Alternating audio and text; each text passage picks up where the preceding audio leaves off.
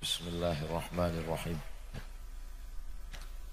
Assalamualaikum warahmatullahi wabarakatuh.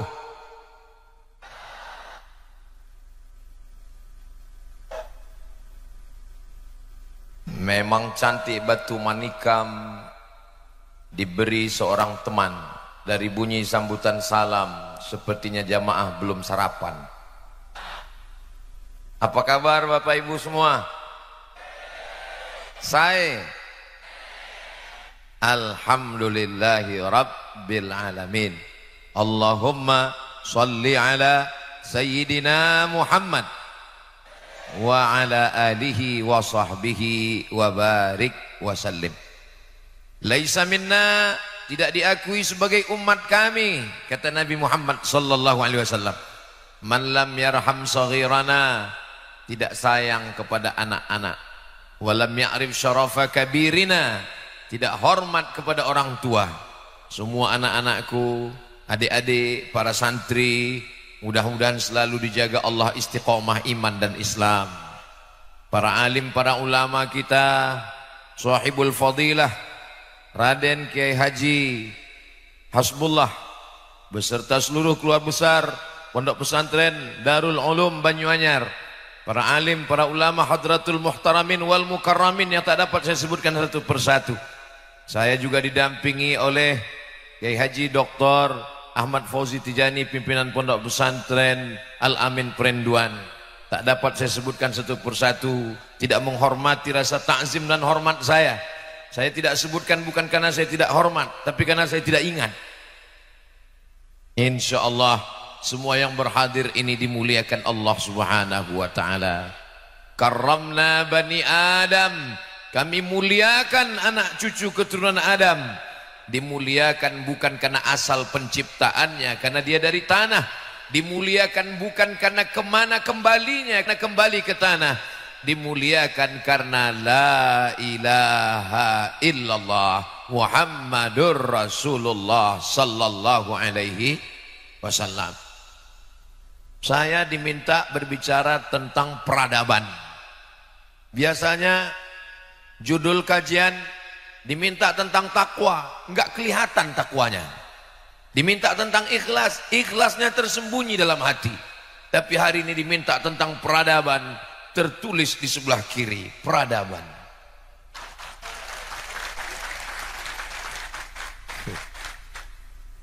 Ustadz Somad punya banyak teman, temannya dari Indragiri. Kenapa Ustadz Somad letak sorban di sebelah kanan? Supaya kelihatan tulisan di sebelah kiri. Mohon maaf, Ustadz Abdul Somad ini kurang adab, kurang akhlak. Bagaimana sopan santun, tata kerama. Kenapa berdiri di depan kiai? Saya sudah mohon izin. Kata kiai, silakan. Kenapa Ustadz membelakangi mereka? Saya juga sudah mohon izin, saya angkat 10 jari. Mereka semuanya diam. As-sukutu alamatur ridho. Itu kan hadis untuk perempuan Ustadz, untuk nikah. Mungkin bisa juga kita bawa untuk izin saya hari ini. Ini perlu saya jelaskan, karena ini nanti direkam, orang akan melihat, di komen di YouTube. Ini Ustadz Somad membelakangi kiai di depan para alim, para ulama. Kenapa dia berdiri? Jamaah bisa menjelaskan. Supaya apa? Jangan ada dusta di antara kita.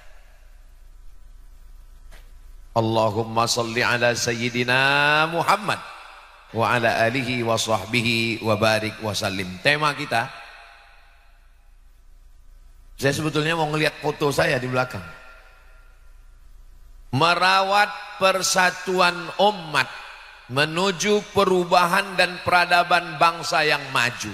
Pertama, persatuan. Kalau melihat perbedaan, jelas banyak sekali beda. Saya dengan kiai dari atas sampai bawah beda. Saya pecinya hitam, beliau peci putih. Saya pakai kain sarung, beliau pakai jubah. Kalau antara yang pakai sarung dengan yang pakai jubah kelahi, yang ketawa yang nggak pakai celana. Tapi kalau dilihat persamaan, kalau mau jaga kesatuan, lihatlah apa persamaan di antara kita. Apa persamaannya? sama-sama menutup aurat. Tadi ketika sampai, nggak ada kiai mempermasalahkan saya, nggak ada beliau mengatakan, Ustaz Abdul Somad, kenapa datang kemari pakai peci hitam? Nggak ada beliau permasalahkan. Kenapa? Karena di peci hitamnya tertulis Banyu Anyar. Nggak ada beliau permasalahkan saya pakai kain sarung. Kenapa? Kain sarungnya juga sudah dikasih warna hijau, lupa makainya. Saudara yang dimuliakan Allah Subhanahu wa taala, cobalah kita melihat beberapa titik-titik persamaan di antara kita. Ada seorang ulama yang ahli hadis. Siapa dia? Imam Malik bin Anas. Meninggal tahun 179 Hijrah. Makamnya di pemakaman Baqi di samping Masjid Nabawi. Panjang umur, sehat badan, kita akan berziarah ke makam Imam Malik bin Anas dalam acara Umroh Akbar insyaallah. Ongkos tanggung masing-masing. Imam Malik bin Anas adalah ahli hadis. Katabtu kitabi hadza, saya menulis kitab ini. Wa aradtu ala sab'ina min fuqaha'il Madinah, saya sudah mempresentasikan kitab hadis ini kepada 70 ulama ahli hadis di kota Madinah. Kulluhum wata'uni, semua mereka setuju dengan isinya. Fasammaituhu muwatta'a, maka saya sebut kitab ini dengan kitab hadis muwatta'. 14 riwayat hadis muwatta'. Salah satunya diriwayatkan oleh Imam Muhammad bin Idris Asy-Syafi'i. Tapi riwayat yang kita baca masyhur hari ini adalah riwayat yang begitu masyhur dibaca oleh para ulama terakhir kali. Itulah dia yang sampai ke kita, kitab hadis tertua, lebih tua daripada Sahih Al-Bukhari 256, lebih tua daripada Sahih Muslim 261, karena Imam Malik bin Anas 179. Mudah-mudahan anak-anak kita termasuk para ahli hadis yang membaca, mengajarkan, mengamalkan hadis Rasulullah sallallahu alaihi wasallam. Tapi di sana ada ahlur ra'yi yang lebih rasional. Bukan berarti mereka meninggalkan hadis Rasulullah, mereka juga pakai hadis. Dia adalah Imam Abu Hanifah. Imam Abu Hanifah meninggal tahun 150 Hijrah di Kufah, di Irak. Yang satu ahlul hadis, yang satu ahlul ra'yi. Berdebat mereka tentang masalah hukum. Yang memperhatikan adalah ulama hadis, ulama fikih dari kota Kairo, dari Mesir. Beliau adalah Imam Al-Laits ibnu Sa'ad. Selesai terjebak, perdebatan terjadi, Imam Laits bin Sa'ad datang kepada Imam Malik. Wahai Malik, ya, apa pendapat engkau tentang Abu Hanifah? Kata Imam Malik, saya belum pernah melihat orang yang cerdas akalnya melebihi Abu Hanifah. Imam Laits bin Sa'ad datang menemui Imam Malik. Begitu pujiannya kepada Imam Abu Hanifah. Imam Laits bin Sa'ad datang menemui Imam Abu Hanifah. Wahai Hanafi, wahai Abu Hanifah, ya, apa pendapatmu tentang Malik? Apa kata Imam Abu Hanifah? Belum pernah saya bertemu dengan orang yang hafal hadisnya, istinbat ahkamnya melebihi kehebatan Imam Malik. Mereka saling membesarkan, saling memuji. Kenapa? Karena mereka sama-sama ahlus sunnah wal jamaah. Hari ini kita bertemu, saling mengecilkan, mengkerdilkan, menjatuhkan. Kenal dengan Ustaz Abdul Somad? Siapa itu? Gak kenal, bukan apa-apa. Memang saya bukan apa-apa, bukan siapa-siapa. Abdul Somad hanyalah seorang hamba Allah yang ingin menyampaikan ayat-ayat Allah, hadis-hadis Rasulullah. Mudah-mudahan kita selalu diberikan kebaikan dunia dan akhirat, insyaallah. Amin ya rabbal. Kalau Tuhan pergi ke Mekah, jangan lupa membawa teman. Sudah lama Abdul Somad tausiah, hari ini dihadiri Spiderman. Mana maksud itu? Ada Spiderman di sana. Hebatnya kajian kita. Pagi-pagi, bukan hari libur, di hari kerja, ibu-ibu masih menyempatkan datang membawa anak-anak. Anaknya nangis, dibelikan balon. Balonnya lepas, belikan satu lagi. Tujuannya untuk apa? supaya anak-anak ini mengenal pondok pesantren, tidak asing dengan ulama, tidak kaget dengan pendidikan agama. Mudah-mudahan mereka yang dibawa hadir mendapatkan keberkahan dari para alim, dari para muassis, dari para kiai. Tentu tempat ini penuh dengan keberkahan. Dari mana Ustaz tahu tempat ini berkah? 1780, sekarang sudah 2024. 3 abad lamanya, dari satu generasi ke generasi sampai 6 generasi tetap bertahan. Kitab kuning akidah Ahlus Sunnah wal Jamaah, bermazhab fikih Ahlus Sunnah wal Jamaah, Imam Abul Hasan Al-Asy'ari, Muhammad bin Idris Asy-Syafi'i, berakhlakul karimah. Berapa banyak lembaga-lembaga yang terputus, tapi ini tetap bertahan. Tempat yang penuh dengan keberkahan. Untuk para alim, para ulama, para kiai yang sudah mendahului kita, mereka yang bersusah payah, bersimbah darah untuk menegakkan agama Allah, kita tak dapat membalas kebaikan mereka. Untuk mereka semuanya, Al-Fatihah. A'udzubillahi minasyaitonirrajim. Bismillahirrahmanirrahim. Alhamdulillahi rabbil alamin. Ar-Rahmanirrahim. Maliki yaumiddin. Iyyaka na'budu wa iyyaka nasta'in. Ihdinas siratal mustaqim. Siratal ladzina an'amta 'alaihim ghairil maghdubi 'alaihim waladdallin. Amin. Mudah-mudahan dengan kita ajak santri anak kita membacakan Al-Fatihah, maka nanti kita pun juga kalau mati sudah menghadap Allah, anak-anak kita, santri kita pun tidak melupakan kita dan akan mengirimkan Al-Fatihah dan doa untuk kita semua insyaallah. Amin.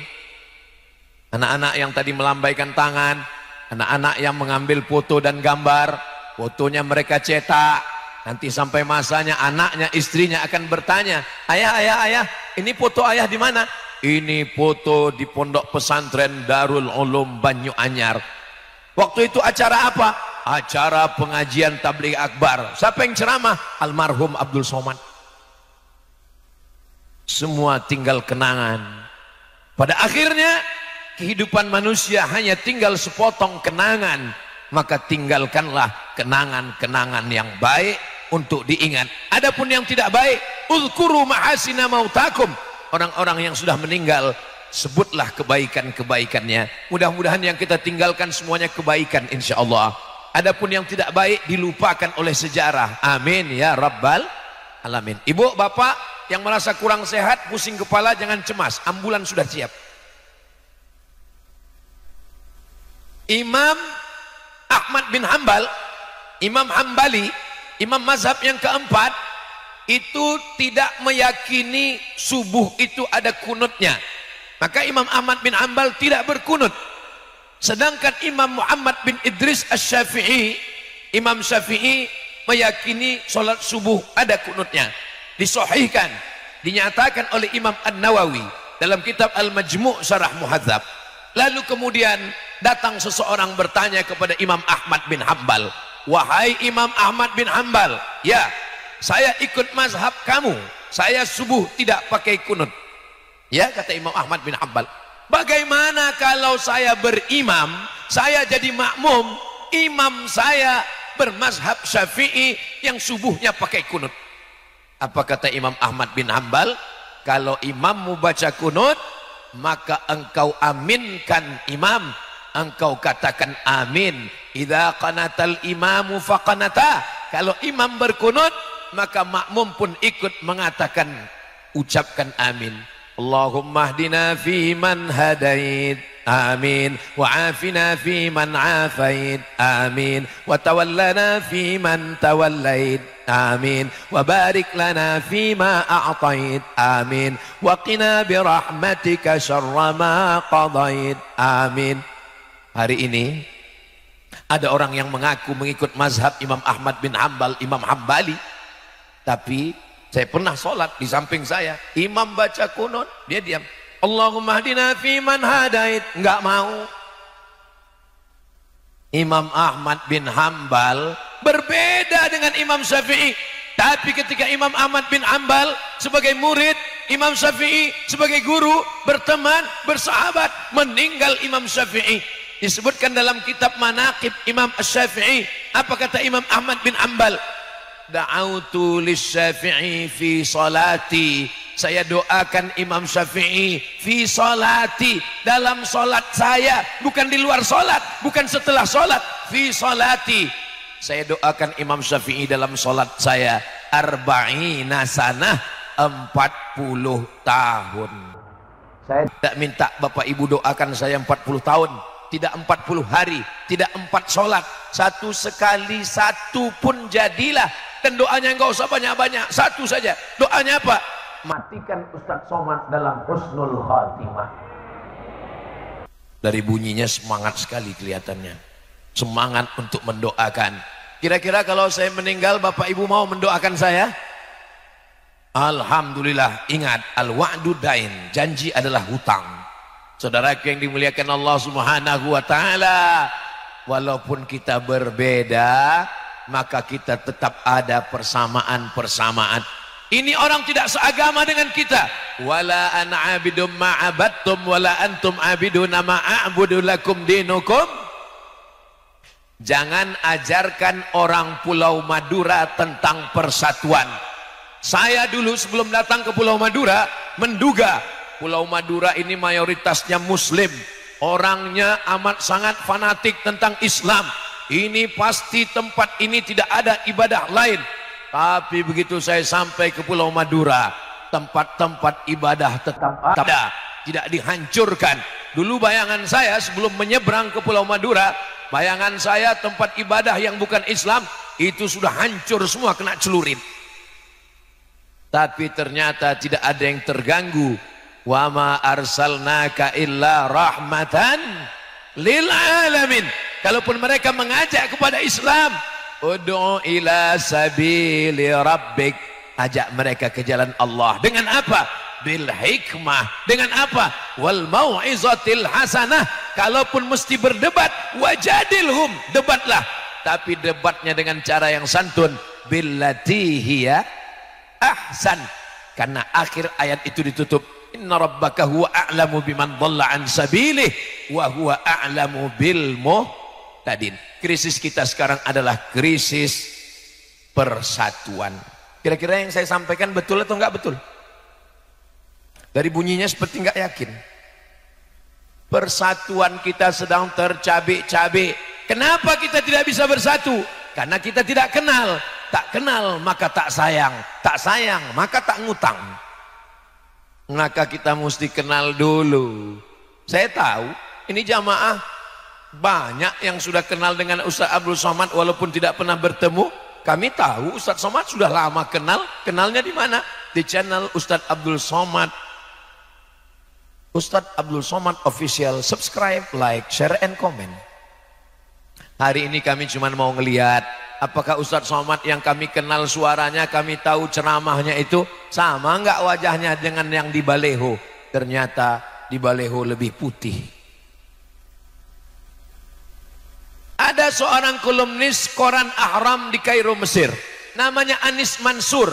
Anis Mansur menulis 3 pertanyaan. Hal araftahu? Apakah kamu kenal dengan dia? Naam, ana araftuhu. Saya kenal dengan dia. Hal iltaqaita bihi? Apakah kamu sudah bertemu dengan dia?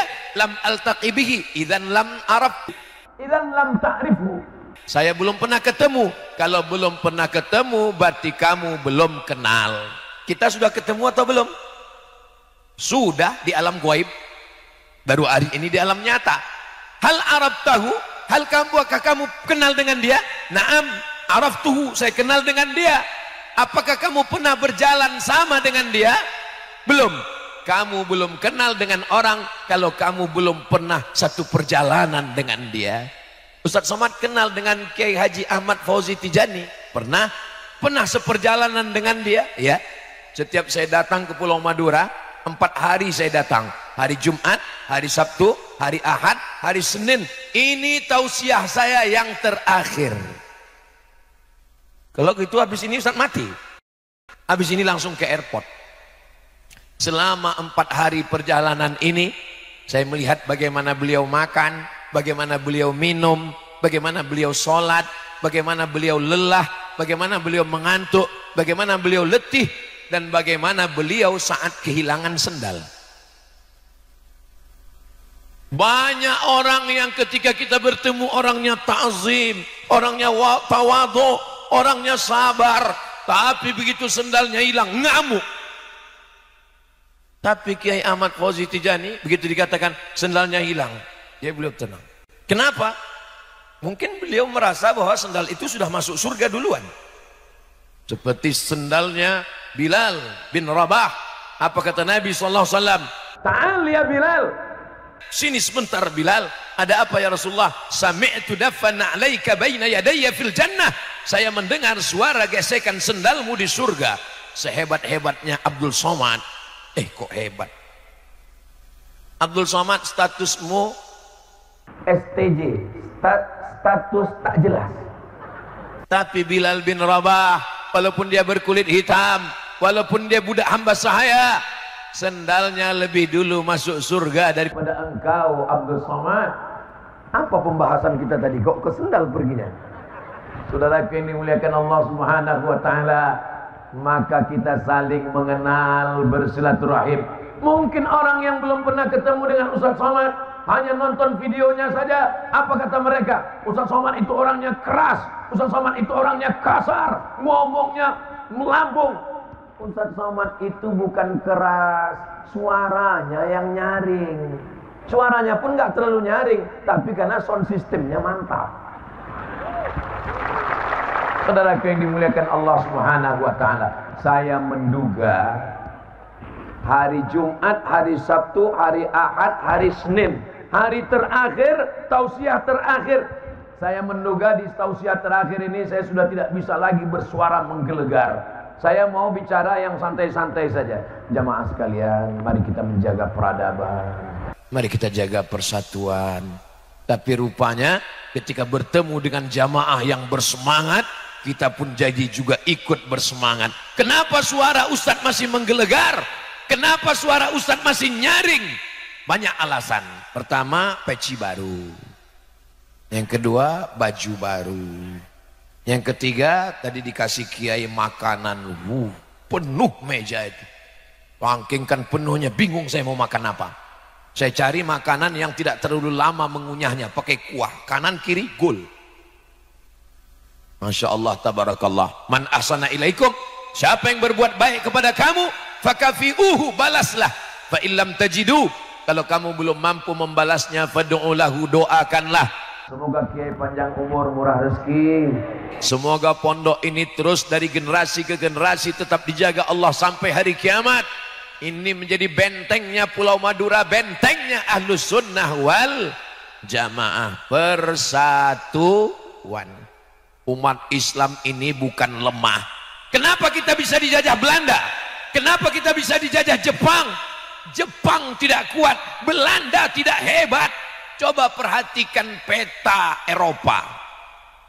Dari Maroko, Mesir, Libya, Tunisia, Aljazair, Maroko. Selesai Maroko, nyebrang Samudra Atlantik, Jesiras. Dari Jesiras masuk ke Spanyol, Portugis, Portugal.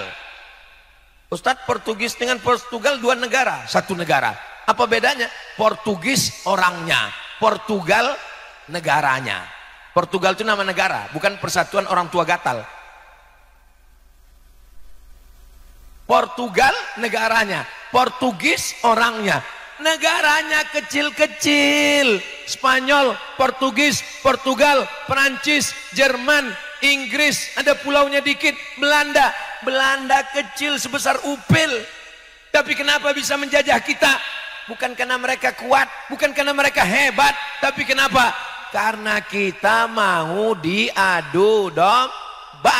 Jangan mau diadu domba, karena yang mau diadu cuma kita, bukan domba. Maka kita diingatkan Allah Subhanahu wa taala,